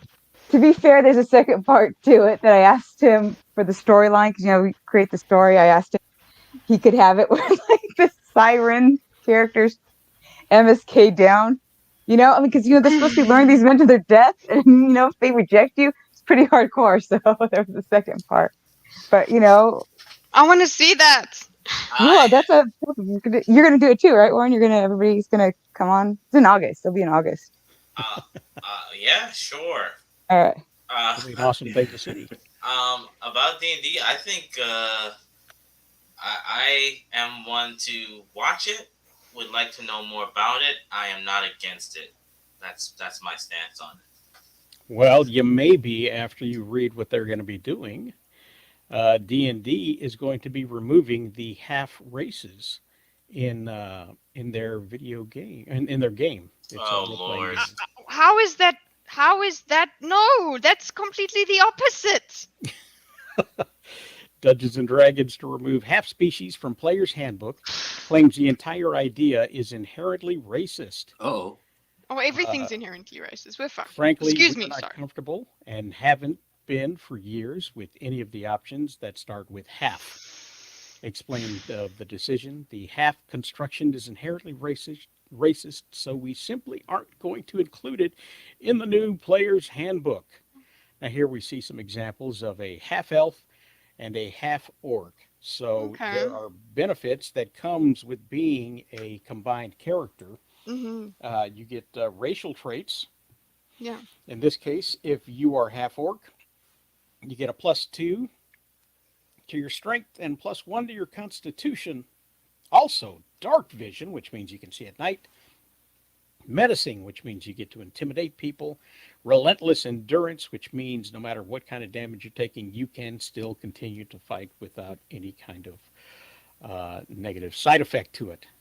All of that is now gone because they are eliminating the half characters. Can't they someone just wants name to in play- something else? So wants to play those character options, they'll still be able to in the D&D Beyond, and they'll still be able to in the 2024 Player's Handbook. However, such characters cannot be used officially in an officially sanctioned event. So let me see. I think I got something for that here. Hang on. I don't know. It sounds like this Crawford from the handbook is telling on himself, because what are you associating that the ogre with the strength with? Which race is it? Which race is the elf? Because I don't think of races when I think of elves. Maybe there's like Yeah. some sort of book or some common go-to comparisons for elves and a specific race of human beings. And then that, if you showed me that, I'd believe you. But I don't think of elves in a certain skin tone or country or anything. You're getting rid of half. So what are you saying? You're saying that you have to be pure blood? Are we going to go that route where things have to be pure blood? Is that really See, what we? Exactly. Yeah. You know what? That's kind of offensive to me, because I am half of, I'm half Mexican, half bunch of other shit. But sorry, I'm trying not to cuss on your thing. But I mean, when I say I'm half Mexican, I mean like like the Aztec and brown. We're not like, well, I know you would be shocked to see when you see me, but it's like we're not like the Spaniard leading. We're very, very Aztec, and we have those features. That darker skin. Again, I know I'm an anomaly here. I took What after my grandpa's, so I guess so. of a human and an elf. And according to Tolkien, this is Aragorn and the female elf he fell in love with, who in D&D now, they can marry. However, their children will not survive. Yeah. What? They're not. Yeah, they can't make children. They won't even make one. Can't have the half elf. Okay, here's my stance. I think this is where this woke garbage needs to stop. Like, come on, Please man. don't call it woke. Woke would be the opposite of this. Woke would be a very inclusive world. Okay, this is okay. You're right. Can you call it SJW garbage? This right? This is definitely SJW garbage. Okay. Who literally says to themselves, you know what? I guarantee you, D&D players that have been playing prior to this, ever since like its incarnation, don't have any issues with this. I mean, and also that would mean it would affect like movies too, or shows, because like they would be like, oh, you're not half elf then, and that was actually a play on in some of the shows, right? Because it's like the half elf would prove to be would kind of show why their other half is really comes into play, because they'd be down degraded by their full race. So you're kind of taking away that story element, but I don't see the need for it. Like, the better question is why? Who's upset about it? Yeah, who was upset about it? Why? That's what I want to know. Why do this? Somebody with inherent racism, because I'm yet to see or hear why an orc and an elf is racially offensive to a group of people. What I've heard is that it's because it applies to real life, that people can. It's not necessarily that the races apply to real life, or that the character, the species apply to real life, however you want to phrase it. But it's that like this has real world, because there's racism in the real world, and they're putting racism, quote unquote, in this D&D. That means that we're inherently racist. That's what I kind of got from it. Okay. They have a diversity But consultant. the racist thing is making things pure. That actually crosses a really far line in history on a certain person who tried to make the races pure. I mean, Yep. that's creepy. But like, at what point do we not include themes that are negative? Because a lot of shows and movies have murder, and we look at the murderer as the bad guy, and we teach that lesson. So if they have different races and they experience prejudice, we would be sharing with the audience who watch this. It is wrong to treat these half people as like less than. You know, they're alive and they're worthwhile, and we can teach that lesson. So just having them isn't inherently racist. It's actually an opportunity to counter racism not what's the word, allegory. This is a word, allegory, that's the word. It's also like you said as well, like it's removing something that's out in the world that we don't like, but there's lots of things that we don't like about the world, and things that we don't like and we experience are relatable. And that's what makes stories enjoyable. When there's certain bits of humanity that you pick out of it. You don't have to be a victim of racism to understand that. Well, that's not a good. I wouldn't want to be that person. Like, you're taking out facets of world building as well. Like, you're taking an entire. You're committing genocide, guys. Half genocide. No, they genocide because they are race. It's a race. Why can't you call it? You can't even. They're upset about the word half. Okay, fine. Use another name, and then People are half. Yeah. What's wrong with being half? What's wrong with being half of two things? You're not pure. Impure. Well, that's stupid though. Then you know what? That's I don't care. I get tamales on Christmas Eve, and then I get ham on Christmas Day. So screw you guys who don't like half. things. Screw you, good people. If you can't understand and enjoy being halves and the uniqueness that comes with people who are half and creatures that are halves, half elf, was it half elk, half orc? Yeah, and the cool thing about the which or like the characteristics of each race, like, oh, is it really better to be half human, half this? Like that's usually look, I don't know anything about D&D, but that's usually something that's explored in stories when you have a half race, is like, well, must they feel less than because they have only one cool side and one human side? Like, all of that. Harry Potter. And then what you're implying, yeah, exactly. Hagrid. And what you're implying is that those races can never get along so well that they make bubbas. So. They've Or taken you to calling them the Grand Wizards of the Coast online. Yeah, they are are they the ones that caused this? Yeah, the Wizards of the Coast. They're the ones that have decreed it. They have to be. Mhm. Yeah. I heard Grand just- Wizard and my mind went to David Duke, so I'm just gonna be like, this is a Dungeons Okay, and okay, Dragons I'm thing, glad I right? wasn't the only one who got confused there and thought got Yeah. Well, confused the with company's name that. is Wizards of the Coast, and they're insulting them for being racist about this and calling them That the Grand really is Wizards of the such a Coast. good joke. No, I got that joke when you said it actually. I just heard And- the wizard part and I was like, yeah, cool. And then I To Hasbro and other companies that are continuing to do this, I've just got one thing to say.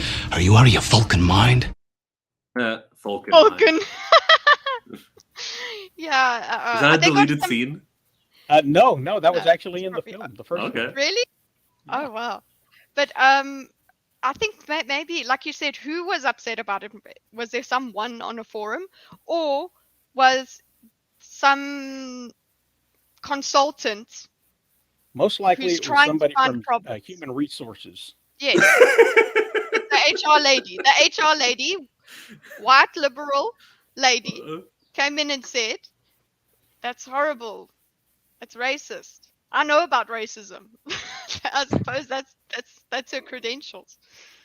Oh, jeez, that's horrid. You're a racist, Harry. Nico. Yes, see. There we go. That's. Uh, Oh, which one of them was a half Muggle? Hermione Granger. Yes, And she she's was not allowed brilliant. anymore. Yeah, she's not allowed. Hey, they're Hermione's doing gotta that go. remake. That I'm really hyped for the series that's going to be remade. I would love if they get Daniel Radcliffe to do cameo appearances as like Filch or some not really important character. Like that'd be so cool if we get to see him and everyone else. Oh, recast him as Snape. I'm not watching that. I don't know. Nah, he can't have a meaningful role. That would be throwing me off too hard. Yeah, be that awesome. would be too much. Yeah. He's got buggy eyes and looks weird. It would be great. But since in the spirit of eliminating things, our game this week is called One Has to Go, and so one has to go from the choices you have in front of you. That's rough. Let's go. Let's start with the ladies first, and we'll work through the men. Okay, I haven't experienced much of Wendy's, but I would say Wendy's because Oh, you haven't had the Frosty. well, that's me. Other lady? Oh, other lady. I don't know. I wanted to say KFC, but then I'm like, then it's only hamburgers left. So I guess Yeah. I'll get rid of Burger see? King. That was mine. I'm gonna So go get No, rid of I'll get McDonald's. rid of Wendy's. I'm gonna go with Wendy's. I'm sorry. No, I'm gonna go with Burger King. Burger King, final answer. I would be considerably healthier without a McDonald's, so Mickey D's. Warren? Oh, McDonald's. That thing is just horrible trash. Well, You could do without McDonald's, yeah. I can't stand the way KFC has changed the way they do things. So for me, KFC. Death to KFC. Okay, fair enough.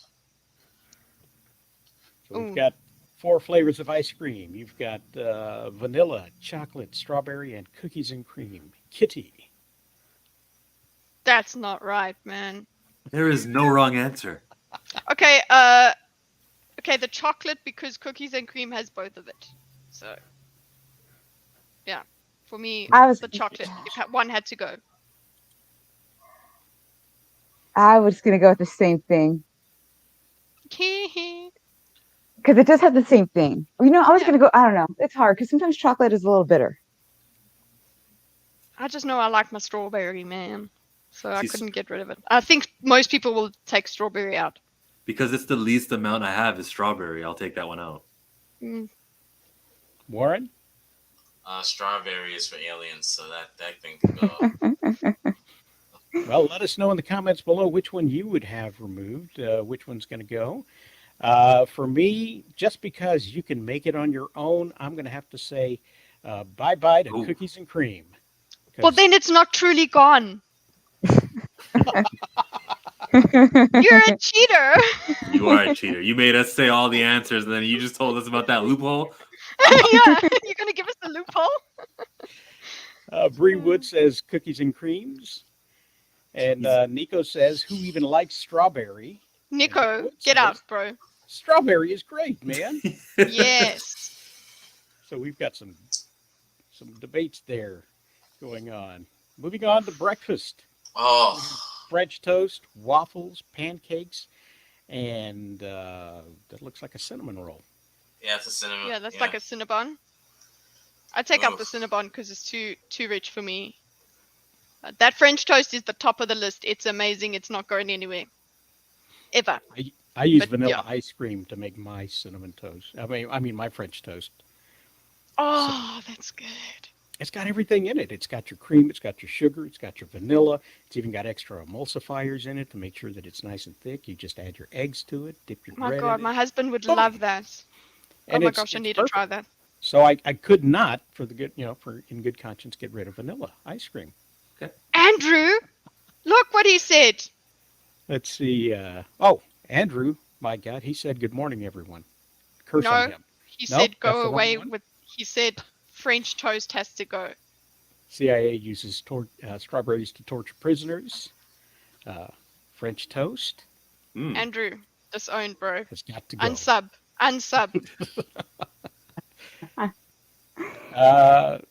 Miss 76. I hate this one. Because I really don't like cinnamon buns except for Cinnabons, and those ones at the mall are good enough to stay on this list. So I'm gonna go with waffles. Waffles have to go. And I almost said French toast, but now I look at that. Those pancakes, they don't got pecans or almonds or blueberries, or there's no special gimmicks to those pancakes. So I'm gonna have to go without those pancakes. Okay. Warren. Is it just these specific ones, or is it these overall? ones. Yeah, These just ones these. right Oh, here. why am I doing this game wrong then? Oh, Yeah, same. French. It's like in There's no wrong life. answers. Yeah, French toast to me is the poor man's waffles and pancakes. So that has to go. It's like, oh, I don't have anything in my house. Okay, I'm gonna toast it. I'm gonna make some French toast. It's the poor man's. Nah, I'm taking that. That has to go. I'm sorry. It's the frugal Warren? man. Warren. What? No, I said French toast. That's to go. He's like, I'm sticking by it.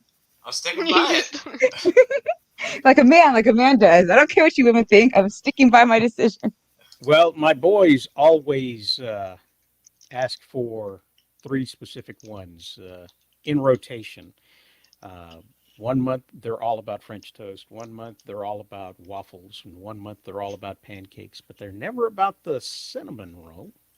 So the cinnamon has to run Hee-hee. Okay. for me. I match the host. I win. Wee. Now this one is going to be interesting here. Which one has to go? Chainsaw Man, Jujutsu Kaisen, Black Clover, or Demon Slayer?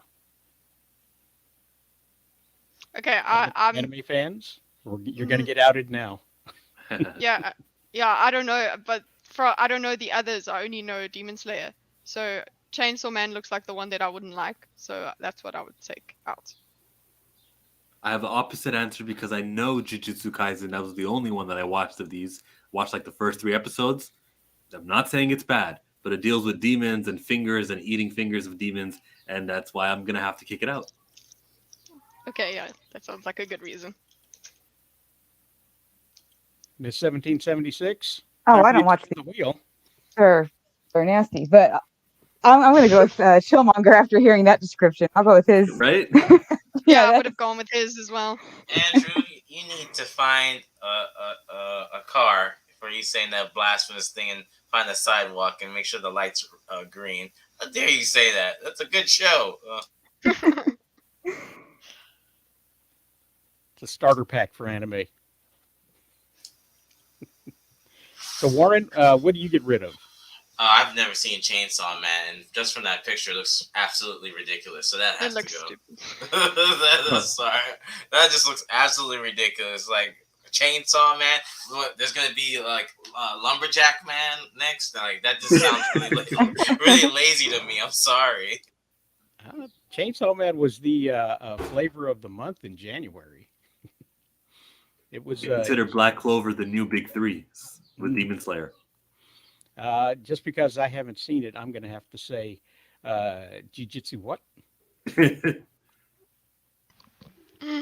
I just don't know what that. So I'll pick that one to go. Another. And here we get into something a little more interesting.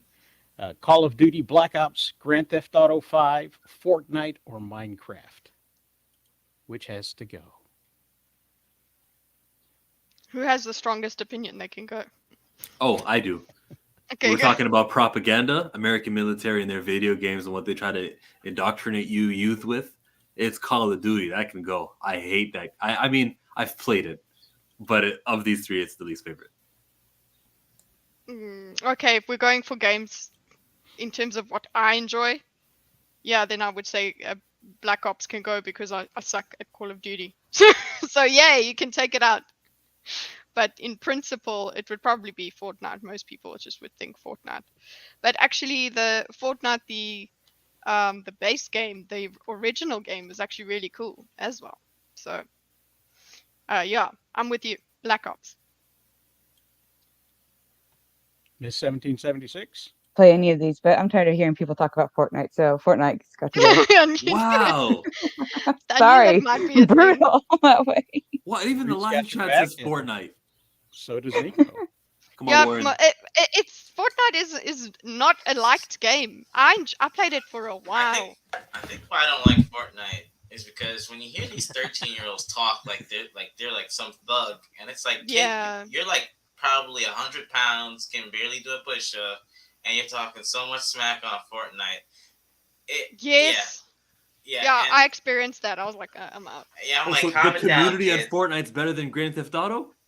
I mean, but it would definitely be. I like the other three, so yeah, Fortnite. And then they just put like the superheroes to draw people in, like a cash cow sellouts. Yeah, nah, Fortnite goes. I just know I've had fun in Fortnite, so it would be wrong for me. It would be it would be wrong for me not to admit that I like it. So You could be Yeah. Chainsaw Man in Fortnite and fight against Goku and Batman. hello, Goku in Fortnite. And Lumberjack is- Man too, right? Yeah, Lumberjack. There's probably a cat girl by now. Could probably go and get her. Yeah, everyone's saying Fortnite. Tisk, Fortnite is tisk. the game everyone loves to hate. Just your standard combat shonen anime. Has everyone gone? No, I haven't gone yet. I need to tell you guys about it. So, there was about 2.5 weeks ago, maybe 2 weeks ago, I jumped on a stream to play Fortnite with some guys, and it was the very first time I'd ever played Fortnite. So I had zero experience. I didn't know what keys to push. I didn't know how the controls worked. They wound up rescuing me a half a dozen times. I fell off of 2 cliffs. Wound up being shot to death a couple of times. I was resurrected like 5 times. And I went somewhere and everybody had to come and rescue me. Apparently, for some reason, they were the greatest crowd. They took care of me. So I'm just going to have to say Minecraft. Yeah, I guess if you don't play it much.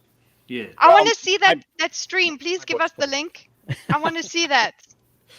Okay, I don't know what they did it. I wasn't on a YouTube. I think it was. And yeah, if it's a Twitch or I think it whatever. was. Yeah, it was on Twitch. Joker's Corner. Tim.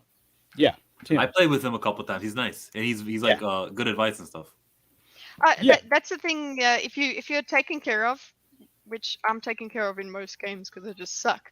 So if you're taken care of in Fortnite, you can have a great time Oh yeah. until you actually get better at it, and you can then play by yourself. It's actually fun.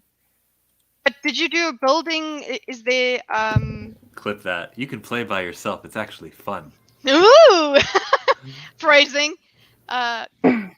I had no idea what was going on. I didn't know if there was any flags to get or what. I was just Flags. clueless. They were, you know, What game mode you in? I was just the old man in the room, and it was hilarious. I thought so. It was fun for me.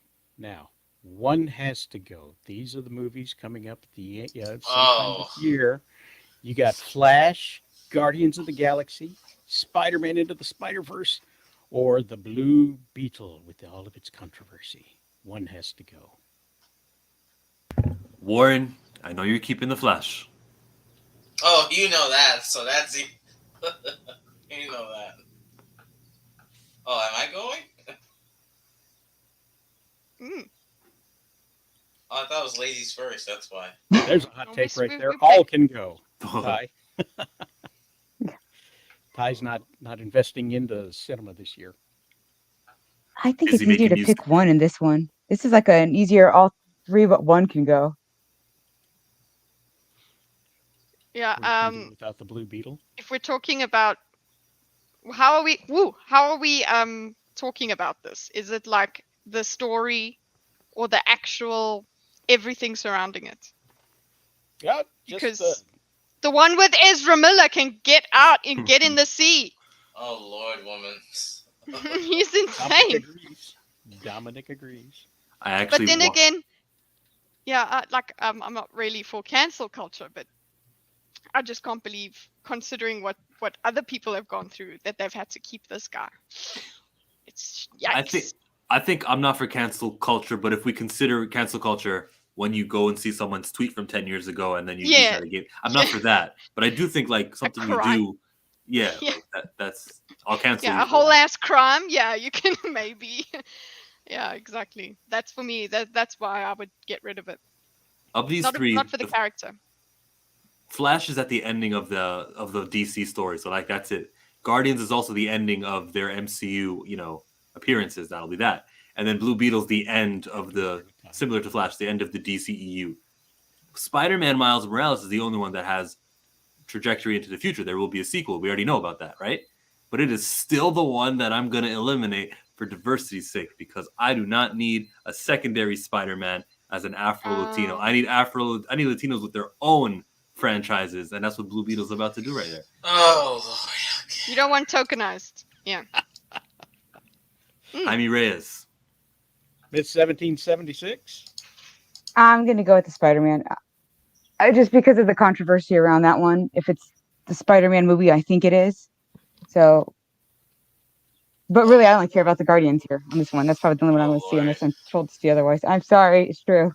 Where's like a bow and arrow for the both of you two? Like, just need Hawkeye to come at you guys. Like, Hawkeye is a fascist. Warren, which one are you eliminating? Blue Beetle, because that should have been on HBO Max. That's an easy one. Like, it should have been. Nobody cares about Blue Beetle and Booster Gold. That's my opinion. Like, I don't care for Blue Beetle. Never Not did. yet. We will after this. No, I still want. What, can you step on a beetle? I can step on a beetle. I don't care about Blue Beetle. Like, You step on a spider? On a spider. Yeah, you can step on a spider. That's right. You can't step on the Flash. He's too fast. I knew that was coming. I knew that was coming. But the Blue Beetle, as Bree points out, is the beginning of the new DCU. So you want to cut them short? It's just it's okay.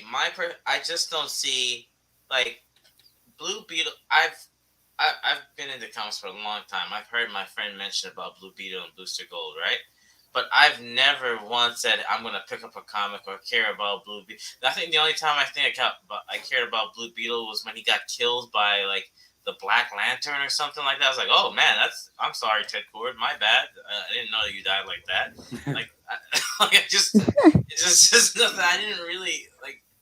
I'm sorry, Blue Beetle's not a hero that I'm like, oh my god, I'm rushing to paint myself blue and like look like a Beetleborg. I'm sorry, like you know what I mean. That's a deep cut right there. Big bad Beetleborgs. Well, I think to myself that the Guardians of the Galaxy, if you get rid of that, then you don't get to say goodbye to a franchise that is beloved.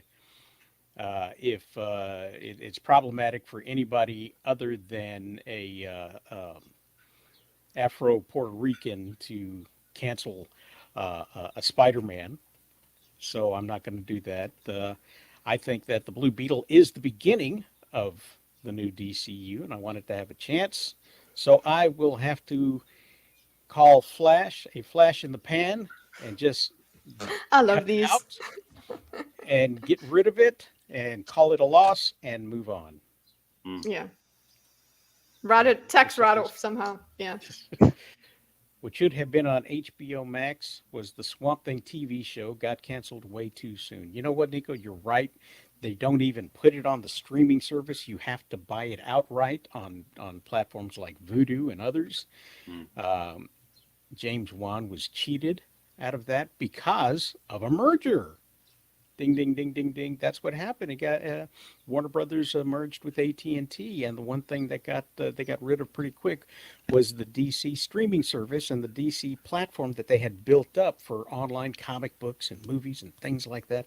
And that also meant the removal of ongoing scripted products as a cost-cutting service.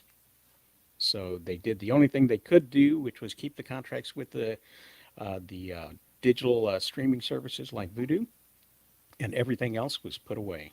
So there is that. Business. Right. Damn. Business gets in the way. Any final thoughts, guys, on anything? Yes. I'm sure it may have gotten mentioned. May not. I saw the Ahsoka trailer and I was talking to someone. I'm gonna be really honest. I'm on screen. It's a big lightning bolt. I don't care for that character. I really don't. I hope she dies horribly. I don't care for that. Ahsoka is just she to me is a filler. Like she is literally a filler. Like it's like a remnant of of Anakin Skywalker, and she doesn't even live into the next thing. I mean, I want to see Thrawn, but I just don't care for the character. So that's my only thing to end off on. So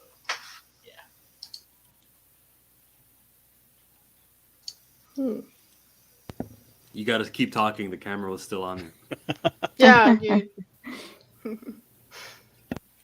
Yeah. Well, I guess I can't have much of an opinion on it because I don't really know the story, but I can see. I haven't heard that take where she needs to die as a character. Like, Jesus. A little bit of a hot take. No, I like. Yeah, that is very. I would like to see how that pans out. Yeah, let's see how it goes. Jill, you got any final thoughts? No, I'm hyped for Ahsoka. I don't hope she dies. I hope she succeeds, and she's part of the new movie Dave Filoni's in charge of. Probably will be. It's Dave Filoni. I hope she can resurrect some sort of, maybe not the Jedi Order, but if she can get some people who are Force sensitive and get them to the place where in the future there are some Force sensitive people. Maybe they're not going to be called Jedis because she doesn't really associate with that religion anymore. She still doesn't mean she don't believe in the Force, but it's just the Jedi way that she has her issues with. Yeah, that's what I was going to ask you, because now what I've seen is like that heels versus babyface was like, she's not a Jedi. He was really upset. So is she or isn't she? So is that the quibble that it's not the religion she's not a Jedi because of religion. The last we hear, she tells Darth Vader, "I am no Jedi," and this was 3 years before Battle of Yavin, I think. Maybe I'm wrong, but it's in that time in the timeline. When we see her in The Mandalorian, even though Din and everyone calls her a Jedi, the episode's called The Jedi. She doesn't consider herself a Jedi. She never called herself. She never classified herself that. So maybe she changed her mind though. She could reform. She could be a Jedi now when we see her as Rosario. Maybe it's part of the story whether she is or isn't. That is also the case because what's more Jedi-like than acting the way she's been acting lately? She's been super Jedi-ish. I mean, the only thing I do want to see is Darth fight her because I heard that was teased. Don't care for. I mean, I'd love to elaborate, but I don't care for this. Miss 1776, have you got anything to add? When did she say BRB? It was just right now. She just said BRB. What's up, Tony? I'll throw something on for her. Just.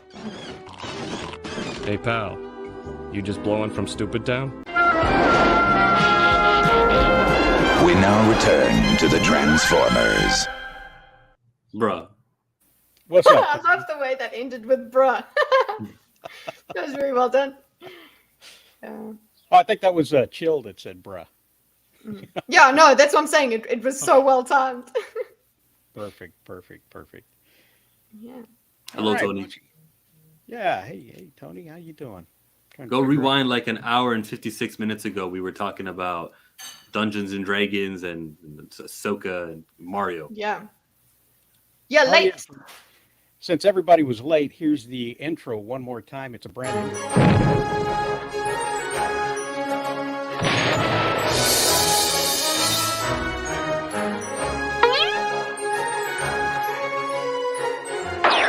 Oh yeah!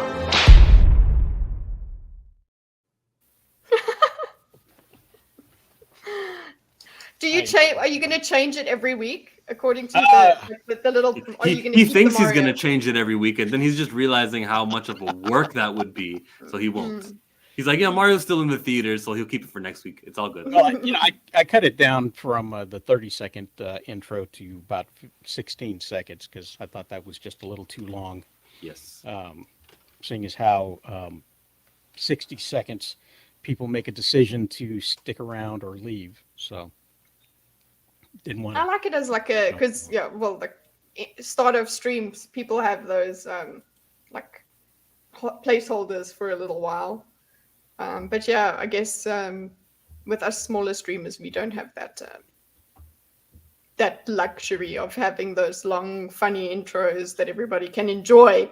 Oh yeah. We need the audience first, and then we can. I see. I get the notifications on Twitch that hey, we're starting a live stream, and I go to it, and it's a 15-minute countdown. And yeah, and you're supposed to just be in the live chat communicating with others, and I'm like, no, I'll be back. You're actually better off not writing. We're in the live stream yet. You're better off not doing that. And then you go back to the live stream in 15 minutes, and you get there, and then there's the 5-minute intro she's talking about. That just goes on forever. So is there a woman in specific that we're talking right now? It's me. Ah, it's me. Yeah, there we go. Yes. Hey, Tony. Oh, you're back. Good. Oh, yeah, sorry about that. I forgot to say I was back. Everything come out all right? Yeah. Fantastic. Too much coffee this morning.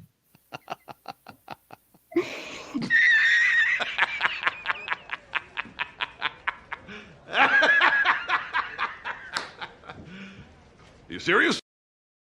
that guy. To be fair, we went an hour over normal time, so. Oh, absolutely not. No, you still get paid a full day. So. Yeah, we have to redo the what has to go.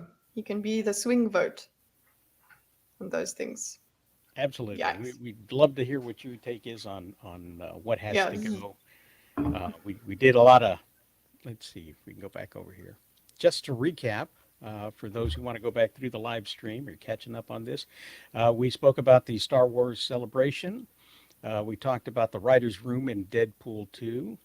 We saw how the WWE and UFC equal WeFU.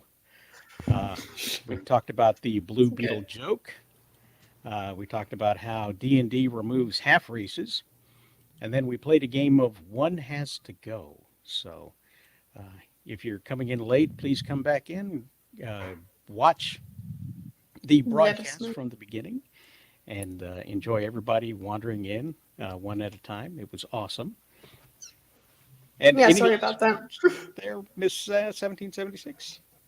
Oh, any last shoot. I mean, I guess if you're following, was it Content Entertainment Variety or Entertainment Content Variety's channel, follow us on Twitch for this week. We're taking a YouTube vacation, as MSK's put it. So, Oh, yeah, that's what it is. It's voluntary. I told him, like, Pitbull has like this wonderful he does Motivational Monday. Just read it real quick. I love it. Where is it? It's there it is. There's no losing, only learning. There's no failure, only opportunity, and there's no problems, only solutions. So, I mean, we should look at it not as a failure, as an opportunity to, get some Twitch followers going on, start the Twitch channel. So yeah, just do it. That's a really nice way to look at somebody's failure. How awesome is that? Well, I mean, Pitbull's awesome. If we look at, his life history and how he kind of came to be. I mean, he is a pretty inspirational dude. So, and plus I'm a woman, so like Warren knows, I can't admit that I've ever failed. So, it's only an opportunity, right, Warren? What is failure? Oh. Let's not get that case failure, but yeah. All right. Cool. Well, I didn't see the video I linked in the Twitter about women admitting they're wrong. Did I see that? No. Fake news. Yeah, we're never wrong. Where is that? Women admitting wrong. Where? I, as a married person, I just have.